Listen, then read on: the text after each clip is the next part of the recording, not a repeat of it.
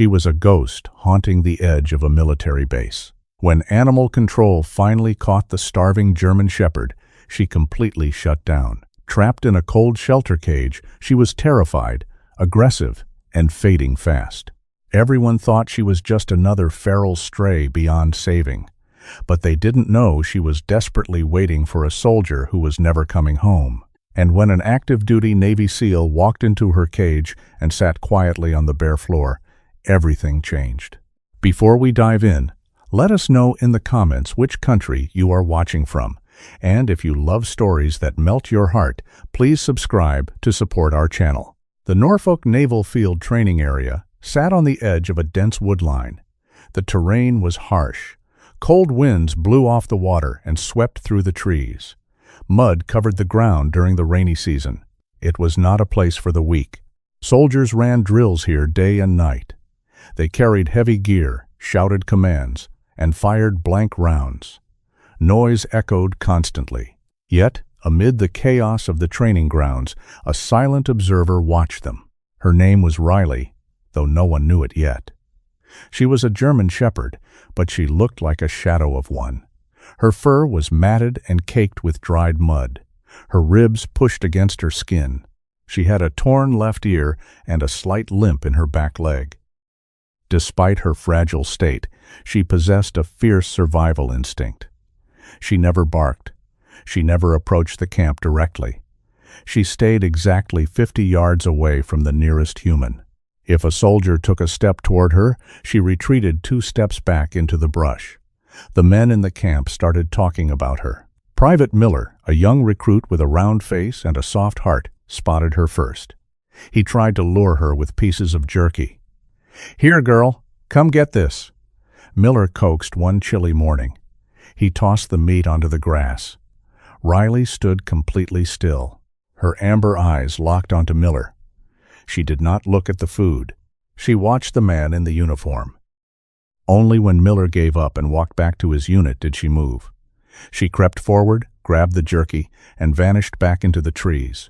Sergeant Vance, a tall and broad-shouldered man with graying hair, observed her behavior over several weeks. He noticed a pattern.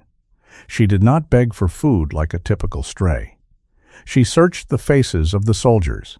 She watched their boots, their movements, and their green uniforms. "She is looking for someone," Vance told Miller one evening. "She does not care about us. She cares about the uniform." Word spread to the local animal control. The base commander did not want a wild dog roaming the active training zones. It was unsafe for the dog and a distraction for the men. Animal control dispatched 2 officers to catch her. Officer Higgins was a heavy-set man who lacked patience.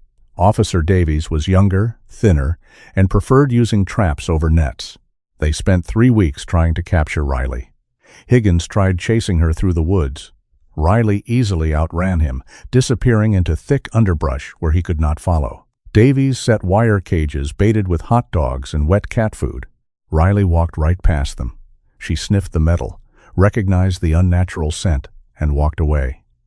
She was too smart for the cages. She survived by trusting nothing and no one, but survival took a toll. The weather in Norfolk turned violent in late November. A severe storm rolled in from the coast. The sky turned black by mid-afternoon. Rain fell in thick, freezing sheets. The wind howled through the trees, snapping branches and turning the dirt roads into deep rivers of mud. Riley was exhausted. The cold seeped into her bones. Her paws were raw from pacing the perimeter of the base. She needed shelter. She dragged herself toward a steep dirt embankment near the edge of the training field. An old concrete drainage pipe stuck out from the mud. It offered a small, dry space. She crawled inside, curled her thin body into a tight ball, and shivered. She did not hear the truck approach over the sound of the thunder. Higgins and Davies had been patrolling the perimeter road. The headlights of their truck swept across the embankment. The bright beams caught the reflection of 2 amber eyes inside the pipe. "There she is," Higgins shouted. "Get the nets!" The 2 men stepped out into the freezing rain. They wore heavy yellow slickers and carried large nylon capture nets. They moved slowly toward the embankment. The mud sucked at their boots. Riley woke up to the blinding light. Panic surged through her. She scrambled out of the pipe, her claws slipping on the wet concrete. She tried to run up the dirt embankment. On a dry day, she would have cleared it in one leap. Today, the mud was too slick. Her weak back leg gave out. She slid back down toward the men. "Block the left!" Davies yelled. Higgins stepped into her path. Riley bared her teeth and let out a deep, guttural growl. It was not a threat of violence. It was a desperate plea to be left alone. She lunged to the right, trying to slip past Davies. Davies threw the net. The heavy mesh dropped over her. Riley fought wildly. She thrashed, bit at the nylon cords, and rolled in the mud. The net only tangled tighter around her legs and snout. The cold rain beat down on her as she struggled. Higgins rushed forward and pinned the net to the ground with his heavy boots. "Hold her still. Get the pole," Higgins commanded. Davies secured a catch pole around her neck. The rigid metal pole prevented her from turning her head. The fight left her body all at once. She stopped thrashing. She collapsed into the mud, panting heavily. The men lifted her off the ground. She dangled in the net, helpless and defeated. As they carried her toward the metal cages in the back of the truck, Riley looked back toward the military camp. The training grounds were empty in the storm. No one in a uniform was coming to save her. The men shoved her into a cold metal cage and slammed the door shut. The lock clicked. The truck engine roared to life. As the vehicle drove away from the forest edge, Riley huddled in the darkest corner of her cage. She closed her eyes, surrounded by the smell of wet metal and fear, leaving the only place she felt connected to the past. The rain battered the roof of the transport truck. Every bump in the road sent a jolt of pain through Riley's exhausted frame. She did not whimper. She had learned long ago that making noise brought no comfort. She simply braced herself against the cold metal floor. Higgins adjusted the rearview mirror, glancing back at the cage. "She is a fighter. I will give her that," Higgins muttered, wiping rain from his face. "But she looks half dead. The shelter vet is going to have a long night." Davies nodded silently, keeping his eyes on the flooded road. The heater in the truck blasted warm air, but the warmth did not reach the back where Riley lay. For months, her entire existence had been defined by the perimeter of that military base. The smell of gun oil, the sound of boots marching in unison, the distant shouts of cadence, those things anchored her. They were the last remaining threads, connecting her to a life that had been abruptly taken away. Now, those threads were severed. The truck took a sharp turn onto the main highway, heading toward the city limits. The familiar scent of the pine trees and damp earth faded, replaced by the overwhelming stench of exhaust fumes and wet asphalt. Riley pressed her snout beneath her paws. The darkness inside the truck was absolute. For the first time since she arrived at the edge of the woods, she stopped looking for the uniform. The ghost of Norfolk had finally been caught, but the spirit inside her was completely broken. The transport truck backed into the loading dock of the Norfolk County Animal Shelter. The brakes hissed loudly. The heavy metal doors swung open, letting in the harsh glare of the loading bay lights. Higgins and Davies stepped out, their yellow slickers dripping wet onto the concrete floor. Inside the truck, Riley remained frozen. She did not raise her head when the cage door rattled. Sarah, the shelter intake coordinator, walked out to meet them. She was a woman in her early 40s with curly brown hair pulled into a messy bun, wearing faded blue scrubs. She carried a plastic clipboard. "What do we have tonight?" Sarah asked. "Caught the ghost," Higgins grunted. He pointed a thick finger toward the back of the truck. "The stray from the naval base." "She looks terrible." Sarah stepped closer and peered into the cage. Riley pressed herself tighter against the metal bars. Her amber eyes were wide, completely dilated in fear. "Let us get her inside," Sarah instructed. "Move slow. She is terrified." They wheeled the cage down a long, echoing hallway. The noise was deafening. Dozens of other dogs barked, howled, and slammed against their kennel doors. The sharp sounds assaulted Riley. She trembled violently. The smell of bleach, sickness, and fear filled her nose. They reached isolation kennel number 4. It was a concrete run with a heavy chain-link front, situated at the very back of the building. Sarah opened the truck cage and aligned it with the kennel door. "Go on, girl," Sarah coaxed softly. Riley did not move. Higgins tapped the side of the metal cage. The sudden noise made Riley flinch. She scrambled forward, bolting out of the transport box and into the concrete run. She immediately retreated to the darkest back corner. She curled into a tight ball, tucking her nose under her tail. She tried to make herself as small as possible. Sarah closed the kennel door and locked it. She stood outside for a long time, watching the trembling German shepherd. "I will call Dr. Evans," Sarah murmured. Dr. Evans arrived 10 minutes later.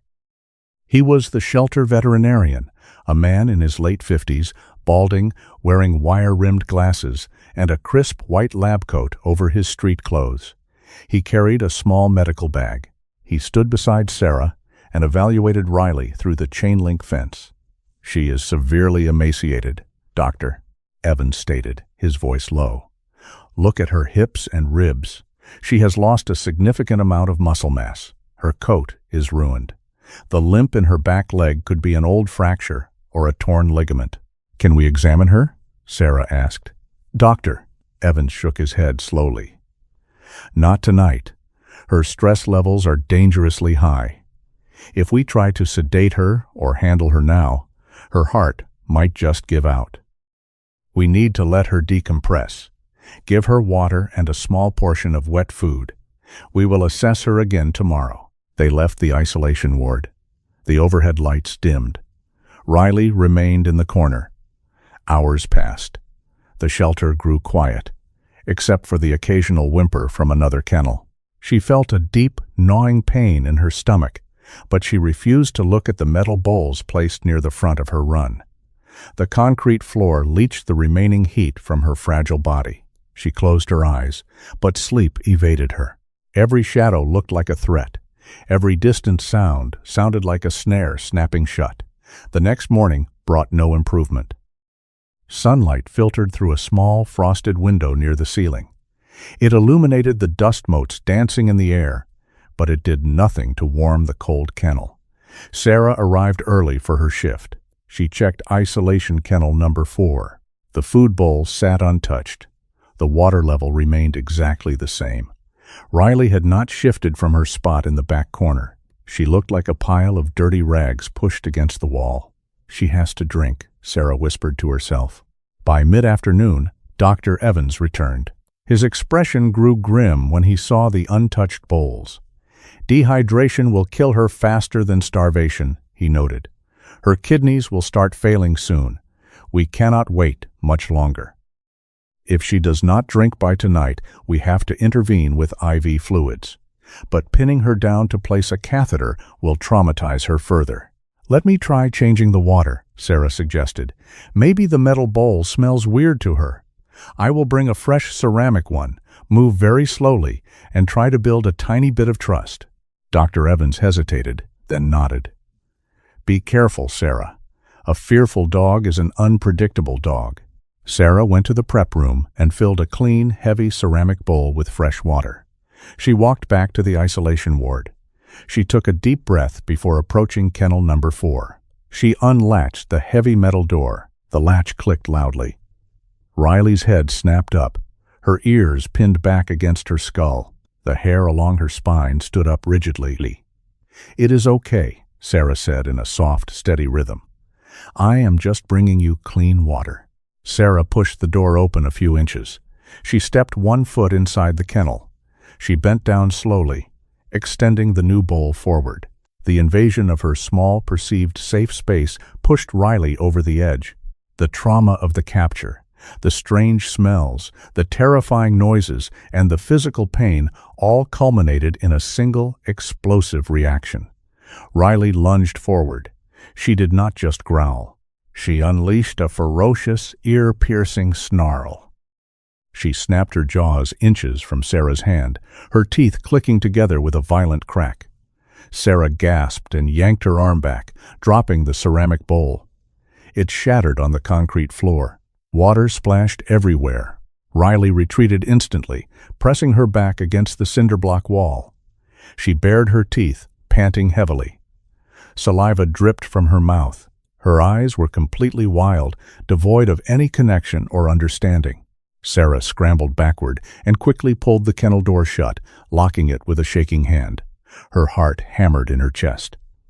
Dr. Evans rushed down the hallway, drawn by the sound of breaking pottery.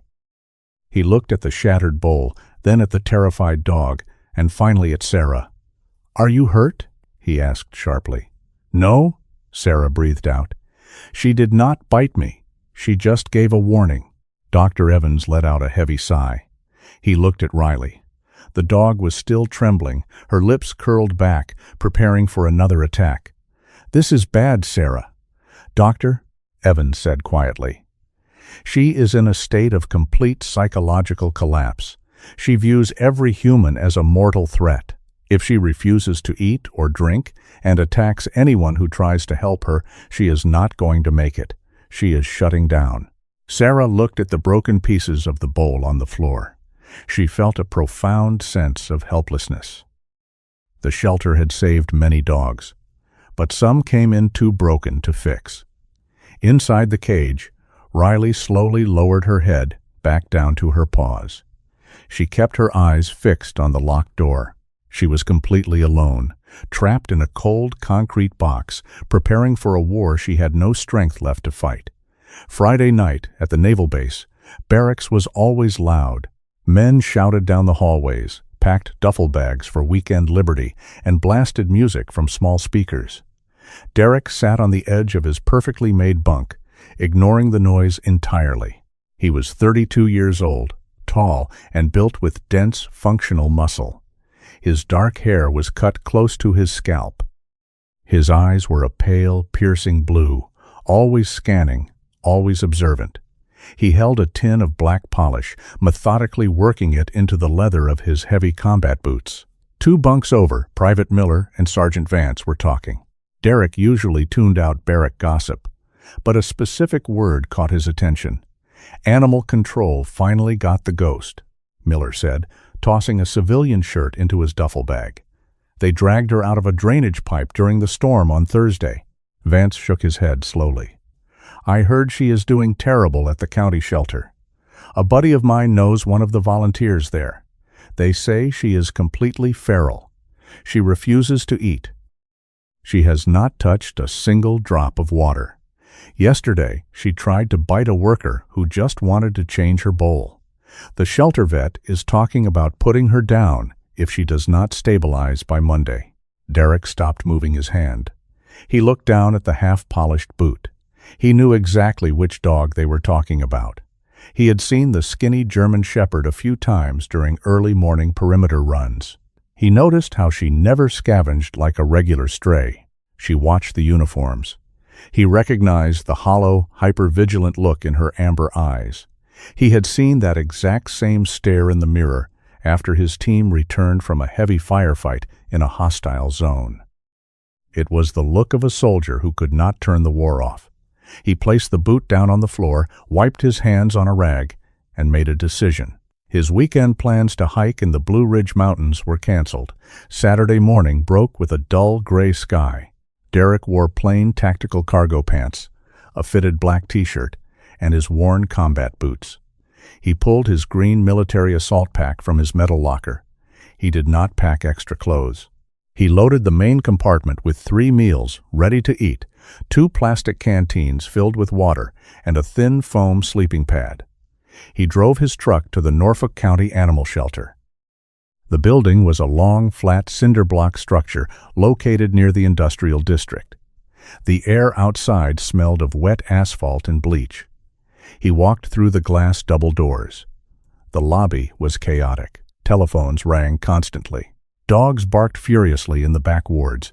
Sarah stood behind the front desk, looking exhausted. She held a clipboard and a pen. "Can I help you?" Sarah asked. She glanced up, taking in his imposing size and rigid posture. "I am here about the stray brought in from the naval base," Derek said. His voice was calm, deep, and carried a natural authority. "The German Shepherd." Sarah let out a tired sigh.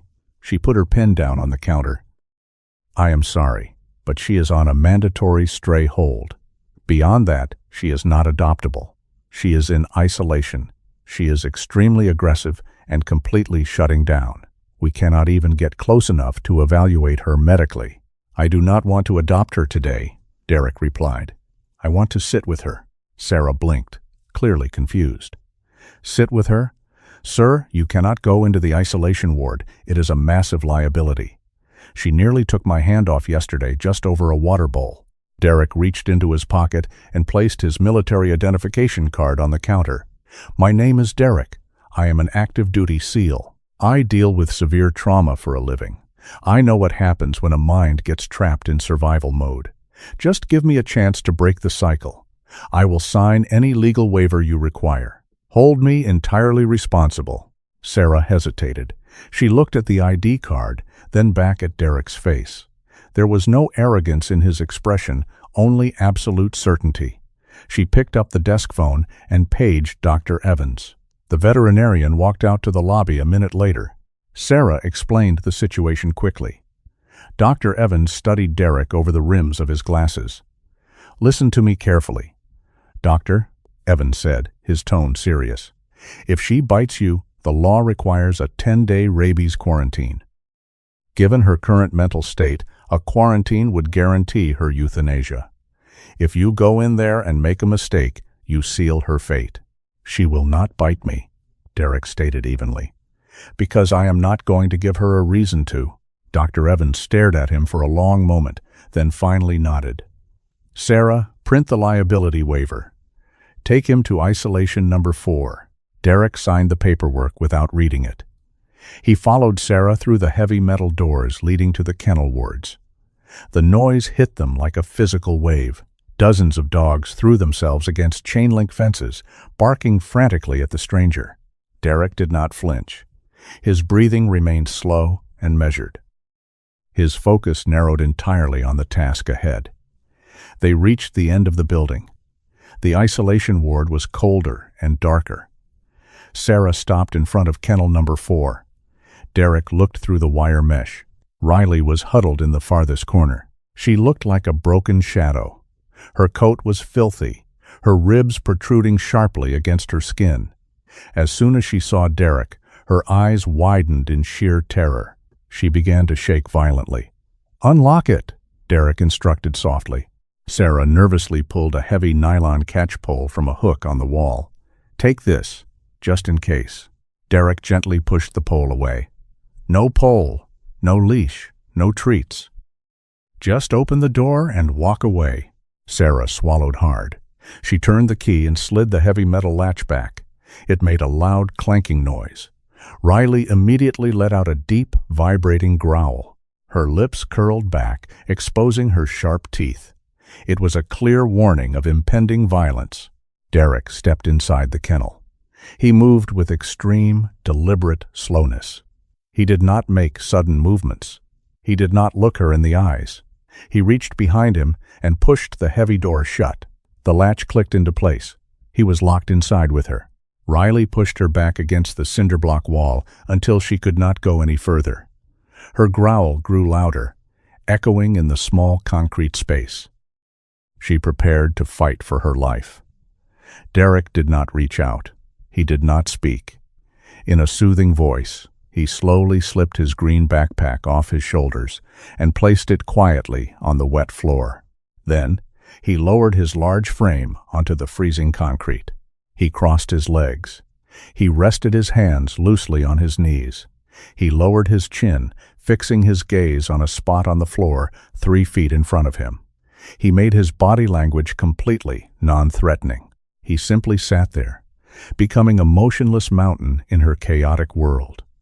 The loud barks from the other wards continued to echo down the hallway, but inside kennel number 4, a heavy, profound silence fell. The silent psychological battle had begun. The clock on the wall outside the isolation ward ticked relentlessly. 1 hour passed, then 3, then 6. Inside kennel number 4, nothing changed. The air felt heavy and cold. The smell of strong bleach and wet concrete filled the small space. Derek sat perfectly still. His legs remained crossed in a loose position on the floor. His back was straight but not rigid. He controlled his breathing, making every inhale and exhale slow and completely silent. He fixed his gaze on a small crack in the cement floor near his left boot. He did not look at the dog. He did not speak a single word. In the back corner, Riley matched his absolute stillness, but hers was born of pure terror. She stayed pressed tightly against the rough cinder-block walls. Her muscles twitched under her filthy, matted fur. Her amber eyes stayed locked on the large man sitting directly between her and the metal door. She watched his chest rise and fall. She watched his strong hands resting loosely on his knees. She waited for him to move. She waited for the trap to finally spring. In her recent experience, humans always wanted something. They wanted to catch her, to chase her, or to trap her in a heavy net. This man was doing absolutely nothing, and that reality confused her deeply. Outside the kennel, the loud daily routine of the shelter continued. The noise of frantic, barking dogs echoed down the long hallway. Heavy metal doors clanged shut.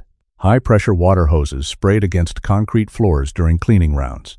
Mark, a 19-year-old weekend volunteer with shaggy blonde hair and a bright orange shelter t-shirt, walked past the isolation ward. He carried a heavy mop and a yellow plastic bucket filled with soapy water. He stopped walking abruptly when he saw the man sitting inside kennel number 4. Mark blinked in total confusion. He set the heavy bucket down on the floor and jogged back to the front lobby. "Sarah," Mark called out, leaning over the reception desk. "There is a guy locked inside the feral dog run. Did he get trapped in there?" Sarah looked up from her computer screen. She adjusted her glasses. "No, Mark. He asked to go in there. He is a soldier. He is trying to calm her down." Mark shook his head in disbelief. "He is just sitting on the wet floor. He is not even trying to pet her or give her treats. Is he crazy? That dog nearly bit you yesterday." "Leave him alone," Sarah instructed firmly. "Do not mop near that ward today.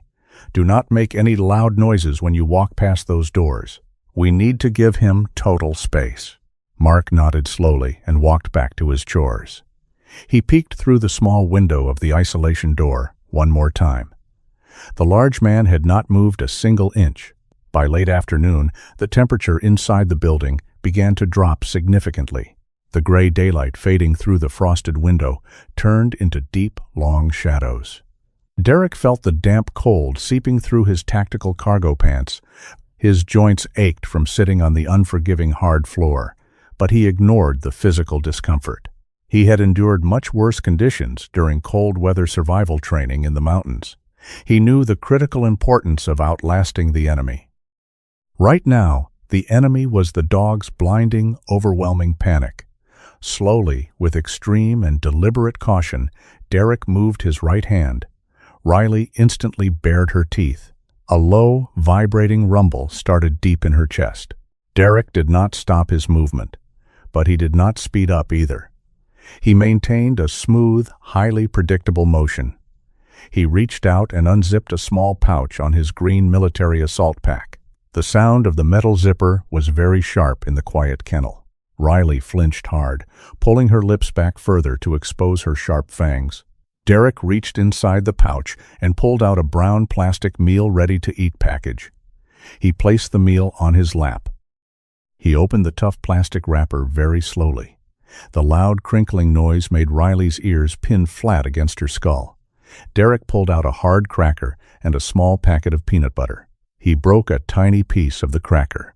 He ate it in complete silence. He did not offer her any food. He knew that pushing food toward her right now would feel like a dangerous trap. Instead, he simply existed in her small space, doing normal human things in a completely non-threatening way. He took a slow sip of water from his plastic canteen. The faint smell of the food drifted through the cold kennel. Riley's empty stomach contracted painfully. She had not eaten in days. The scent made her mouth water. But her deep fear remained much stronger than her raging hunger. She did not move forward. She just watched him chew. Night fell completely over the city. The shelter staff turned off the main overhead lights and locked the heavy glass front doors. The building grew quiet, leaving only the low hum of the ventilation system. The darkness inside the isolation ward was heavy and suffocating. Derek slowly unfolded his thin foam sleeping pad. He laid it flat on the concrete floor. He lay down on his back, crossing his arms over his chest to retain body heat. He closed his eyes. He did not sleep deeply. He kept his senses perfectly sharp, listening to the rapid rhythm of the dog's breathing. Hours crawled by in the dark. The cold became sharp and biting. Around 2 a.m, total physical exhaustion finally overpowered Riley. Her weak back leg shook uncontrollably. Her head felt far too heavy to hold up anymore. She let out a soft, broken whimper. It was the very first sound she had made that was not a vicious growl. She looked at the metal water bowl sitting 3 feet away from her dark corner. Her throat burned with severe dehydration. She needed water desperately. She shifted her weight. Slowly, she extended her right front paw. She placed it on the cold concrete just outside her safe corner. She paused, waiting for a violent reaction. The man lay perfectly still. His breathing remained deep and rhythmic. Riley took another agonizingly slow step forward. She kept her belly low to the ground. She was halfway to the water bowl. Her wet nose twitched, picking up the scent of the clean water. On the floor, Derek shifted his weight slightly to relieve a painful muscle cramp in his left shoulder. It was a tiny movement, just a slight adjustment of his arm against the foam pad. The sudden, unexpected motion shattered the fragile silence. Riley panicked completely. She scrambled backward rapidly, her long claws scraping wildly against the concrete floor. She slammed back heavily into her corner, panting hard, her heart hammering aggressively against her thin ribs. She curled back into a tight defensive ball, her amber eyes wide with absolute terror. Derek settled back into his original sleeping position. He did not open his eyes. He simply let out a long, quiet breath into the cold air. The first 24 hours had officially passed. The massive psychological wall was still firmly in place, but he had finally seen a tiny crack in her armor. He prepared his mind for the next day. He was not leaving this cold cage without her. Sunday morning brought a pale, thin light into the isolation ward. The clock on the wall outside the heavy metal door read 8 o'clock. Derek had been sitting on the cold concrete floor for almost 48 hours. His muscles were tight. His back ached with a dull, constant throb from the hard surface. He ignored the physical pain completely. He kept his breathing slow and his eyes focused on the empty space just in front of him. In the back corner of the kennel, Riley looked significantly worse. The small burst of adrenaline that made her take a step toward the water bowl the previous night was entirely gone. She lay flat on her side. Her breathing was dangerously shallow and rapid. Her thin ribcage barely rose and fell. Her eyes were half closed, and the bright amber irises looked cloudy and completely unfocused. She was dying. Her body was shutting down rapidly to protect her mind from the overwhelming, continuous fear. Outside the kennel, the tension in the hallway grew thick. Dr. Evans and Sarah stood by the small glass observation window in the door. Dr. Evans held a stainless steel medical tray. The metal tools clinked softly as he shifted his weight. The tray contained 2 heavy bags of intravenous fluids, thick leather handling gloves, a nylon muzzle, and several plastic syringes filled with strong sedatives. He tapped his foot nervously against the floor tiles. "We have to go in right now, Doctor," Evans whispered to Sarah.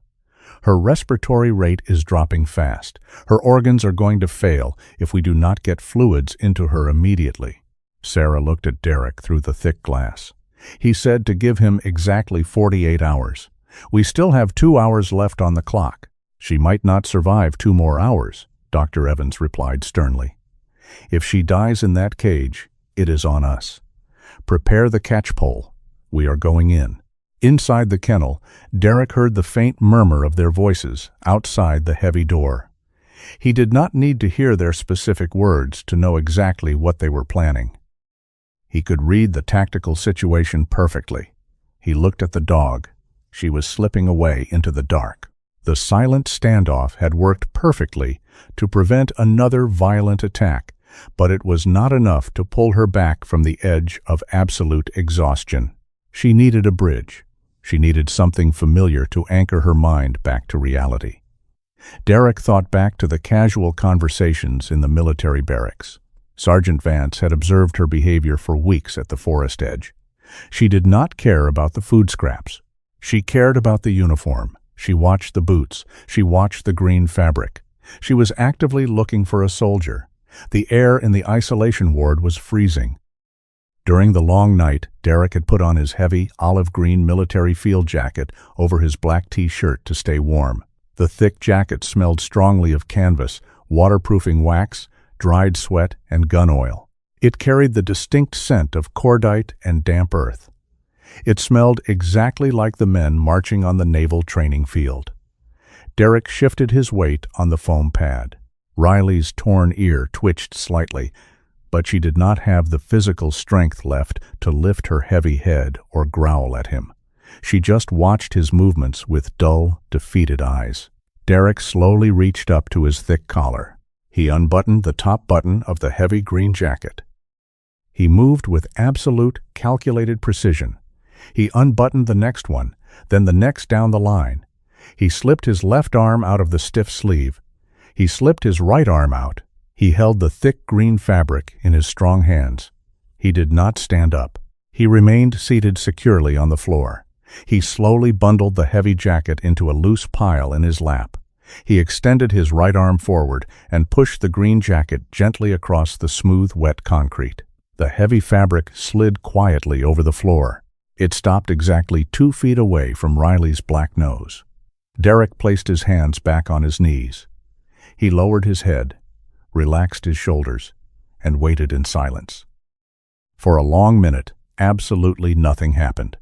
The jacket sat on the cold floor, just a heap of green canvas. Then, a slight breeze from the overhead ventilation grate pushed the cold air across the room. The complex scent of the military jacket drifted into the dark corner. Riley's black nose twitched. Her eyes opened wider. The cloudy, dying look vanished instantly, replaced by a sudden, sharp clarity. She recognized that unique smell immediately. It was not the sharp smell of bleach or rusted metal cages.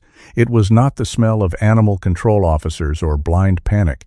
It was the scent of her past. It was the scent of the only place she had felt a true connection to in many months. She lifted her heavy head.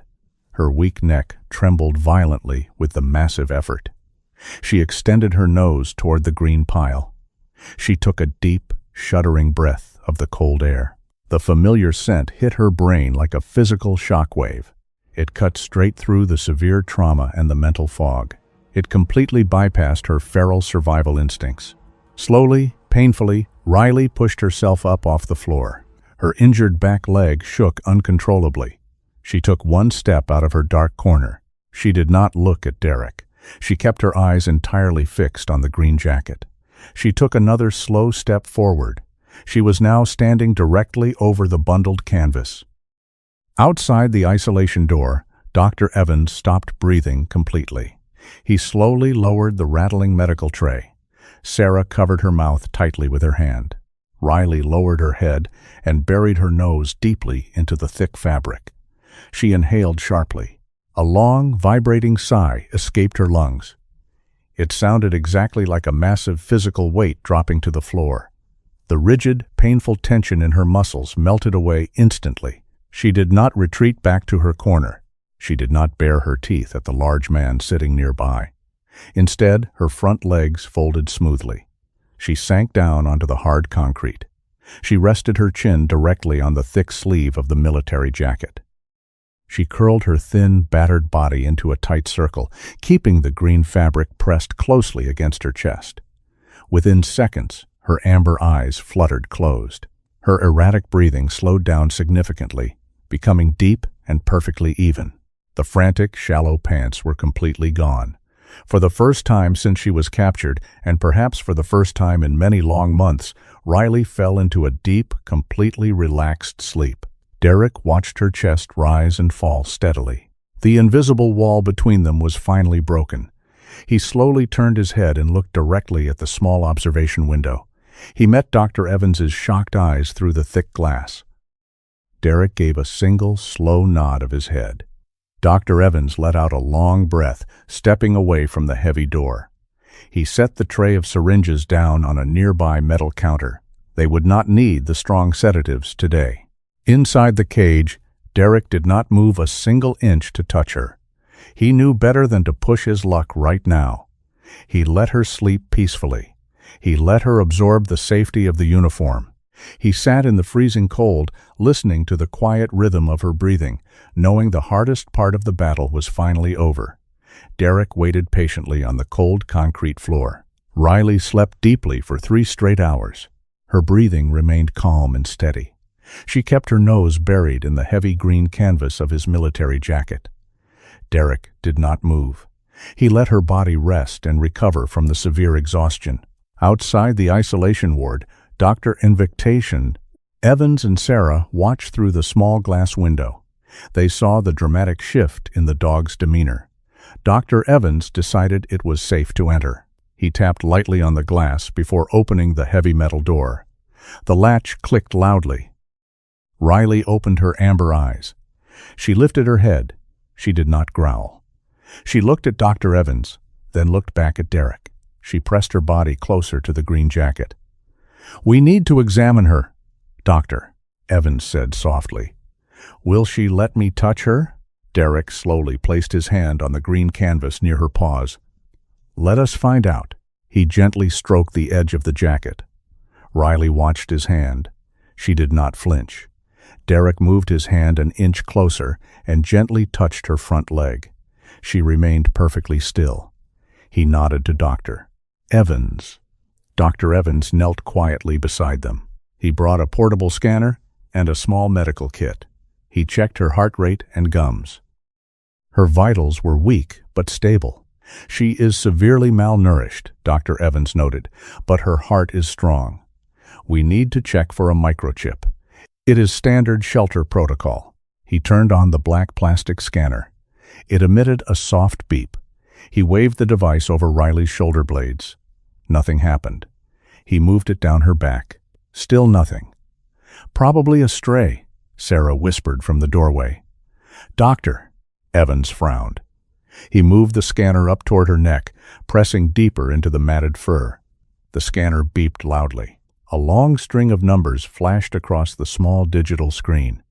"She has a chip," Dr. Evans announced in surprise. "It has migrated deep under the muscle tissue on her lower neck. That is why the animal control officers missed it during their initial scan." Sarah quickly wrote down the numbers on her clipboard. "I will run this through the national database right now." She practically ran down the hallway toward the front lobby. Derek stayed on the floor with Riley. He gently rubbed the soft spot behind her torn ear. She leaned into his touch. The rigid fear that had controlled her for months finally began to melt away. 10 minutes later, Sarah returned to the isolation ward. Her face looked completely pale. She held a printed sheet of paper in her trembling hands. "What did you find?" Dr. Evans asked. Sarah looked at Derek, then at the thin dog resting on the military jacket. "Her name is not just a stray," Sarah began, her voice shaking slightly. "Her registered name is Riley. She is 5 years old, and she is not a local dog. She was registered in San Diego, California." Derek narrowed his eyes. "San Diego is a major naval hub. Who is the registered owner?" Sarah swallowed hard. She read the information from the paper. "The owner is listed as Petty Officer First Class Thomas Carter. He was a Navy SEAL." The room fell completely silent. The pieces of the puzzle slammed together in Derek's mind. He knew that name. Thomas Carter was part of a special operations team. Carter had deployed overseas 8 months ago. His unit took heavy fire during a night raid. Carter did not make it back. "Thomas Carter was killed in action," Derek stated quietly. His voice carried a heavy weight. Sarah nodded slowly. "The database has a secondary note. Carter had no immediate family. When he deployed, he left Riley with a friend here in Norfolk. We do not know how she escaped or how long she has been living on her own, but the dates line up. Carter died 6 months ago. The naval base sighting started 5 months ago." Dr. Evans took off his wire-rimmed glasses and rubbed his eyes. "She was not just scavenging at the base. She was actively looking for him." Derek looked down at Riley. The fierce, wild dog that had terrorized the animal control officers was gone. Instead, he saw a grieving companion. She had spent months pacing the perimeter of the military training grounds. She had watched hundreds of men in green uniforms march past her. She had endured starvation, freezing rain, and absolute terror, all because she was waiting for a man who was never coming home. She did not care about the food scraps. She cared about the uniform. She had recognized the scent of the military gear on his jacket.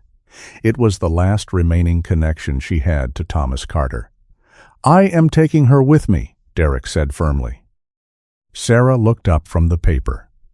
"Sir, there is a legal process. Technically, she belongs to the friend who lost her, or the military." "I will handle the military," Derek replied, his tone leaving absolutely no room for debate. "And the friend who let her starve in the woods for 5 months is not getting her back.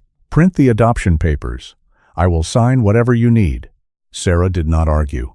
She nodded and hurried back to the front desk. Dr. Evans packed up his medical kit. He looked at Derek with deep respect. "She is going to need a lot of medical care, special diet, joint supplements, and a long physical rehabilitation process. She will get everything she needs," Derek promised. He stood up slowly, feeling the stiffness in his joints. After 48 hours on the concrete floor, he picked up his green jacket. Riley whined softly, not wanting the familiar fabric to leave her. Derek put the jacket back on. He looked down at the dog. "Come on, Riley," Derek said gently. "It is time to go home." Riley hesitated for a moment. She looked at the heavy metal door. She looked at the dark corner where she had prepared to die. Then she looked at the man in the green uniform. She slowly pushed herself up on her 3 good legs. She took a step toward him. They walked slowly down the long hallway. The noise in the shelter was overwhelming. Other dogs barked loudly, throwing themselves against the chain-link fences. Riley trembled. Her ears pinned flat against her skull. The loud noises terrified her. Derek stopped walking. He did not pull her forward. He stood completely still and let her press her body against his leg. He placed a strong, reassuring hand on her neck. "Focus on me," Derek said quietly. Riley looked up at him. She took a deep breath of the familiar military jacket. She stopped trembling. They continued walking at a slow, measured pace. They reached the front lobby. Sarah had the paperwork printed and ready on the counter. Derek signed his name quickly. He did not hesitate. "I will call the base commander about Carter's file," Derek told Sarah. "I will ensure the legal transfer is handled properly." "Thank you, Derek," Sarah said, wiping a tear from her cheek. "You saved her life today." Derek led Riley out the heavy glass doors. The cold Sunday air hit them. The sky was still gray, but the rain had stopped. They walked across the wet asphalt parking lot toward his truck. Riley walked closely by his side. She did not try to run away. She did not look toward the woods. Derek opened the passenger side door of his truck. He lifted her gently, supporting her weak back leg, and placed her on the soft seat. He closed the door. He walked around to the driver's side and climbed in. He started the engine. The heater blew warm air into the cabin. Riley curled up into a tight ball on the passenger seat. She let out a long, heavy sigh. She closed her eyes. The truck pulled out of the parking lot, leaving the shelter and the dark woods behind. The secret of the ghost dog was finally revealed, and her long watch was officially over. Derek lived in a small, single-story house a few miles off the naval base. The house was extremely sparse. He owned a heavy oak dining table, a dark leather sofa, and a tall bookshelf filled with military history and survival guides. There was no clutter anywhere. Everything had a specific place. This strict order was exactly what Riley needed. When they arrived on Sunday afternoon, Derek did not force her inside. He opened the passenger door of his truck and stood back. Riley hesitated on the seat. She sniffed the air carefully. The smell of the ocean mixed with the scent of pine trees in the small front yard. She slowly stepped down. Her injured back leg touched the grass gently. Derek unlocked the front door and propped it open. He walked inside and went straight to the kitchen. He did not look back at her.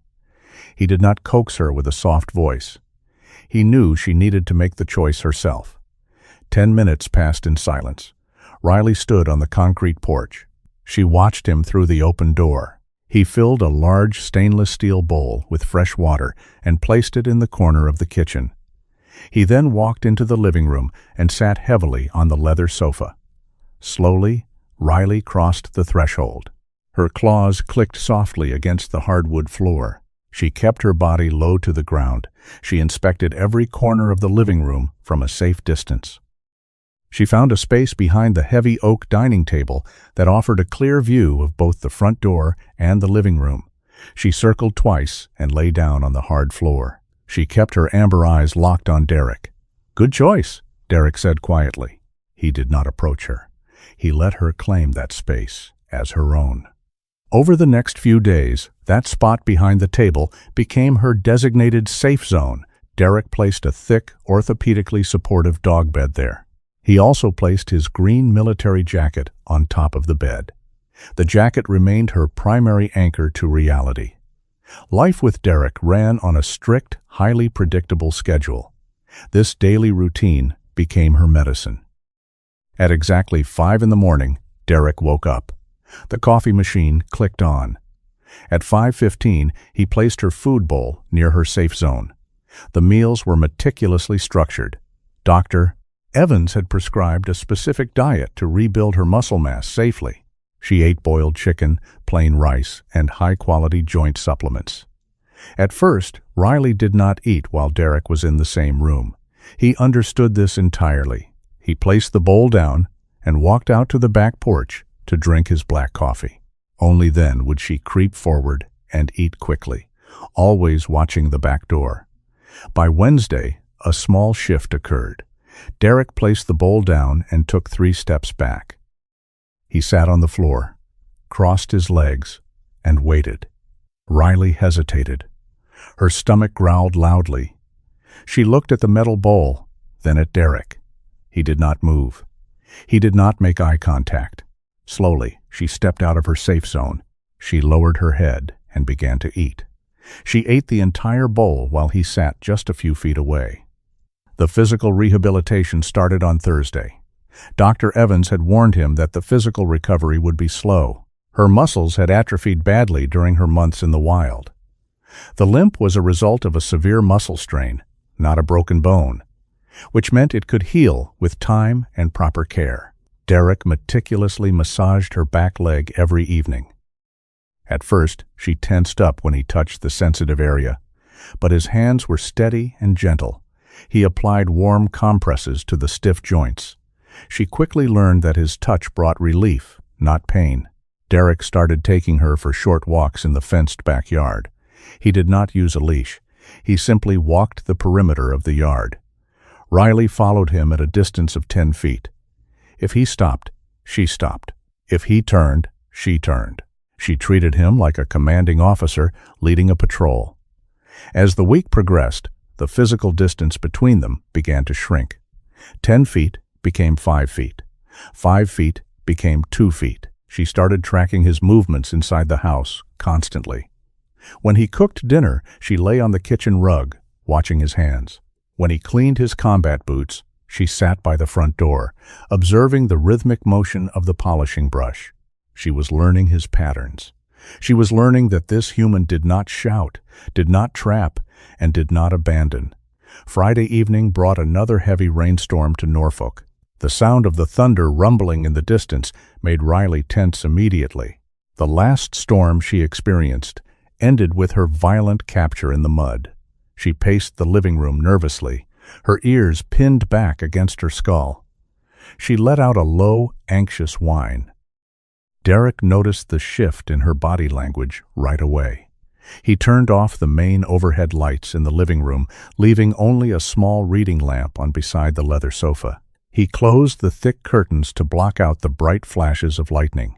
He walked to the bookshelf, pulled out a thick hardcover book, and sat down on the sofa. He did not call her over. He just created a calm, quiet environment. The rain battered the roof forcefully. Thunder cracked loudly overhead. Riley flinched hard. She looked toward her safe zone behind the table, but the space suddenly felt too open, too vulnerable. She looked at Derek. He sat perfectly relaxed, reading his book. His breathing was slow and even. The absolute calmness radiating from him was a sharp contrast to the violent storm raging outside. Riley took a tentative step toward the sofa. Derek did not look up from his book. He kept his body completely still. She took another step. She stood right beside the sofa, close enough to feel the warmth radiating from his leg. She stood there for a long minute, listening to the rain hitting the glass and the steady rhythm of his breathing. Then, she did something she had not done since Thomas Carter left for his final deployment. She let out a soft sigh, folded her front legs, and lowered her heavy body onto the floor right next to Derek's boots. She slowly rested her chin gently on his knee. Derek stopped reading. He looked down at the German Shepherd. Her amber eyes were soft, completely free of the wild panic that had defined her for months. He slowly raised his right hand. He did not hesitate. He placed his large hand firmly on the top of her head. He stroked her soft fur, sliding his fingers down to the spot behind her torn ear. Riley closed her eyes and leaned heavily into his gentle touch. She let out a deep breath that sounded like a final release of all her past trauma.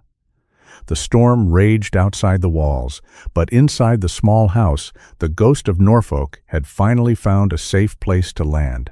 6 months passed. The cold winter faded into a bright, humid Virginia spring. The small house off the naval base felt completely different. It was no longer just a quiet structure filled with strict routines. It was a true home. Riley looked nothing like the broken animal pulled from the muddy drainage pipe. Her physical transformation was striking. She gained 35 pounds of solid muscle. Her ribs completely disappeared under a thick, glossy coat of black and tan fur. The deep wound on her ear healed into a pale scar. The severe limp in her back leg vanished entirely after months of careful massage, warm compresses, and proper nutrition. She stood tall now, her ears pointed straight up. She carried the proud, alert posture of a true, healthy German Shepherd. The internal changes in both of them ran much deeper. Derek realized he had stopped bracing himself for the silence. Before Riley arrived, the absolute quiet of his empty house often reminded him of the heavy stillness following a combat mission. It was a tense, expectant silence. Now, the quiet felt peaceful. He heard the steady rhythm of her breathing while she slept on the rug. He heard the soft click of her claws on the hardwood floor. Those small sounds anchored him to the present moment. He slept through the night without waking up to check the locks on the doors. Taking care of her forced him to let his own guard down. He learned to relax in his own living room. Their daily routine established a powerful bond of trust. When Derek sat on the floor to clean his tactical gear, Riley always brought her favorite rubber toy and dropped it near his boots. She did not demand attention. She simply wanted to share the space. Derek would pause his work, throw the toy across the living room, and watch her chase it with clumsy enthusiasm. Her playful spirit, buried under months of severe trauma, slowly resurfaced. She started exploring the backyard, sniffing the flower beds, and barking playfully at the squirrels on the wooden fence. Every new behavior marked a major victory over her dark past. Derek found himself smiling more often. The heavy, invisible burden of his military deployments felt significantly lighter when he watched her run freely in the grass. Their mornings started before dawn. Derek laced up his running shoes. Riley sat patiently by the front door, watching his hands. She did not pace nervously. She did not whine. She just waited for his signal. "Let us go," Derek said simply. He opened the door, and they stepped out into the cool morning air. They drove down to the coastline in his truck. The beach in Norfolk was mostly empty at 5 in the morning. Only a few seagulls walked along the wet sand. The ocean waves crashed rhythmically against the shoreline, creating a loud, continuous roar. Derek stepped out of the truck. He did not bring a leash. He did not need one. He started jogging toward the waterline. Riley ran right beside his left leg. She matched his pace perfectly. When he sped up, she extended her long stride, her paws kicking up wet sand.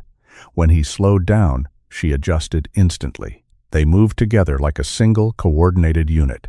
The salt air filled their lungs. Derek looked down at her. Her tongue hung out in a relaxed pant. Her amber eyes were bright, clear, and highly focused. She looked back up at him and let out a short, happy bark. It was not a sound of fear or warning. It was pure joy. They ran for 3 miles along the hard-packed sand. The eastern horizon began to turn pale pink and gold. The sun pushed up over the dark ocean water, casting long, warm shadows across the beach. Derek slowed to a walk, then stopped completely. He stood facing the water, taking deep breaths of the fresh ocean air. Riley stopped beside him. She did not wander off to chase the seagulls. She sat down on the wet sand, her shoulder pressing firmly against his knee. Derek looked at the rising sun. He thought about Thomas Carter. He thought about the heavy price of war, the lives lost, and the shattered pieces left behind. Carter had left this world, but his loyal companion survived the unimaginable. She endured starvation, harsh storms, and crippling fear. She held on to the memory of a green uniform until she found someone who could carry that massive weight with her. Derek knelt in the wet sand. He reached out and rested his large hand on the side of her thick neck. He felt her strong, steady pulse under her fur. "You did good, Riley," Derek said softly. "He would be incredibly proud of you." "You held the line." Riley turned her head and looked directly into his eyes. There was no trace of the feral panic that once controlled her every move. There was no hesitation or lingering doubt. Her gaze held absolute trust and understanding. She lifted her head and gently licked his rough hand. She knew Thomas Carter was gone. She also knew she was no longer waiting for a ghost at the edge of the woods. The man kneeling beside her in the sand was her present and her future. Derek stood back up. He brushed the wet sand off his knees. He looked down the long stretch of empty beach. "Ready to head back?" he asked. Riley stood up, her tail wagging slowly. She barked once, loud and clear over the sound of the crashing waves.